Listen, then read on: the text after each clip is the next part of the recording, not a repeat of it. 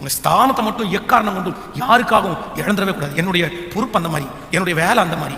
Okay, நான் ஒரு முக்கியமான ஒரு பர்சன், நான் எல்லாரும் மாதிரி சிரிக்க முடியாதுப்பா, நான் எல்லாரும் மாதிரி கத்திர முடியாதுப்பா, நான் எல்லாரும் மாதிரி கோவப்பட முடியாதுப்பா, நான் எல்லாரும் மாதிரி பாத்திர முடியாதுப்பா, நான் எல்லாரும் மாதிரி பேசிட முடியாதுப்பா அப்படின்ற ஒரு எண்ணம் உங்களுக்குள்ள எப்பவுமே என்ன பண்ணணும்? கேட்கல, சத்தமா சொல்லுங்க. கோவமா இருக்காருல அப்படியெல்லாம் இல்லையே. ஆமென். பக்கத்தில் கையை பிடிச்சி சொல்லுங்க, உங்க ஸ்தானத்தை மறந்துடாதீங்க.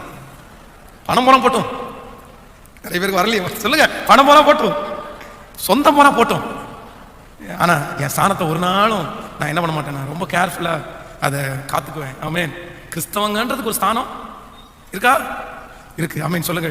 நானும் முயற்சி எடுத்து தான் இருக்கிறேன். சர்ச்சில் எப்படியாவது ஒரு 10-15 பேரை ஊழியத்தில் இழுத்து போட்டு பண்ணலாம்னு நினைக்கிறேன். எனக்கு ஒரே பயமா இருக்குது. ஏன்னா இவங்க எங்கேயாவது போய் பேரை கெடுத்துட்டு வந்துட்டாங்கன்னா என்ன பண்றது? இல்லைன்னா இதுக்கு முன்னாடி பேரை கெடுத்துட்டாங்களோன்னு வேற மனசுல இருக்குது. அது வரைக்கும் நம்ம விசுவாசிக்க சொல்ல மாட்டாங்க. முன்னாடி வந்து நின்னதுக்கு அப்புறம் சொல்றாங்க, அவனெல்லாம் முடிச்சு முன்னாடி ஏற்றிருக்காரு, அவன் யாருன்னு தெரியுமா, அவன் வீட்டில் என்ன கத்துக்கறாங்கன்னு தெரியுமா, அவங்க எப்படி பேசுறாங்கன்னு தெரியுமா, அதுக்கப்புறம் தான் வந்து சொல்றாங்க. அதனாலேயே இப்ப பயமா இருக்கு. யாரடா கூப்பிடுறது, யாரும் கூப்பிட முடியாது. இவங்க சரியான வாழ்க்கை தான் வாழ்றாங்களா, இல்ல சரியா வாழ்க்கை வாழலையா, இவங்க சாட்சி உள்ள வாழ்க்கை இருக்கா இல்லையான்னு ரொம்ப பயமா இருக்கிறதுனால தான் நம்மளே செய்ய வேண்டியதா இருக்கு எல்லாமே. இல்லைன்னா நிறைய பேருடைய கையில பிரிச்சு கொடுத்துட்டு நானும் முயற்சி எடுத்துட்டே இருக்கிறேன், முடியல. ஆனாலும் அப்படிப்பட்டவர்களை கர்த்தர் எழுப்பி தருவாருன்னு நான் நம்புறேன். ஆமென் சொல்லுங்கள். கரைபடாதவர்கள், அவ பேர் எதுவுமே வாங்காதவர்கள், சாட்சி உள்ளவர்களை கர்த்தர் சபையிலே எழுப்புவாராக. அப்படி சாட்சியா வந்து முன்னாடி நின்னீங்கன்னு வைங்களேன், அவ்வளவுதான். உங்களை பார்த்தோன்னே எல்லாரும் பயப்படுவாங்க. அவர் நீதிமான்ப்பா, அவர் இந்த இடத்துல நிக்கிறதுக்கு தகுதியான ஆளுப்பா, அவர் ஜெபம் பண்றதுக்கு தகுதியான ஆளுப்பா, அவர் ஊழியம் செய்யறதுக்கு தகுதியான ஆளுப்பா, அவருக்கு இந்த பொறுப்பை கொடுக்கலாம் அப்படின்னு சொல்ற அளவுக்கு நம்ம வாழ்க்கையை காத்துக்கிறது தான் மேன்மை. கைகளை அசைத்து ஒரு ஹல்லேலூயா சொல்லுங்க. ஆமென்.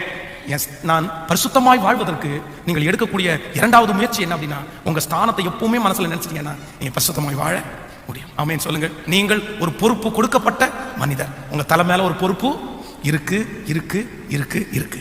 நீங்க எல்லாரையும் நோட் பண்ணக்கூடிய ஒரு மனுஷன். அதான் நீங்க பாக்குறது 2 கண்ணு, ஆனா உங்களை பாக்குறது கேட்கல. சத்தமா சொல்லுங்க, 1000 கண்ணு. இந்த உலகத்துல இருக்கிறவங்க நம்ம தப்ப கண்டுபிடிக்காம எல்லாம் இருக்க மாட்டாங்க, ஈஸியா கண்டுபிடிச்சிருவாங்க. இன்னைக்கு இருக்கிற உலகத்தை பொறுத்த அளவுல யாருமே எதையுமே என்ன பண்ண முடியாது. நம்ம கண்ணை மூடின உடனே உலகமே இருந்தது மாதிரி நம்ம நினைக்கிறோம். இல்லவே இல்லை.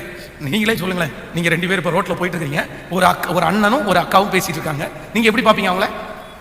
அண்ணனும் நீங்க பார்த்தோன்னே கண்டுபிடிச்சிருவீங்க, அண்ணன் தம்பி பேசிட்டு இருக்காங்க பாருங்க அப்படின்னு. அதே நேரத்துல ஒரு பையனும் ஒரு பொண்ணும் பேசிட்டு இருப்பாங்க. நீங்க ஒரு பார்வைக்கு 2 பார்வை திருப்பி பார்ப்பீங்க. அவங்க 2 பேரும் அக்கா தங்கச்சியே இருந்தாலுமே உடனே நீங்க என்ன பண்ணுவீங்க? இல்லப்பா இது அப்படி இல்லையே, அவங்க பேச்சு அப்படி இல்லையே, அவங்க ஸ்டைல் அப்படி இல்லையா, அவன் நிக்கிறது ஒரு சைஸா நிக்கிறானே. கண்டுபிடிப்பீங்களா இல்லையா? அப்ப சொல்லுங்க, வெளியே ஆண்டவருடைய பிள்ளைகள் எவ்வளவு எவ்வளவு எவ்வளவு மிக முக்கியமானவங்களா இருக்கணும். ரொம்ப ஜாக்கிரதையா இருக்கணும். ஆள்ற ஒரு வாழ்க்கை சாட்சியை கெடுத்துடக்கூடாது. ஆமென் சொல்லுங்க.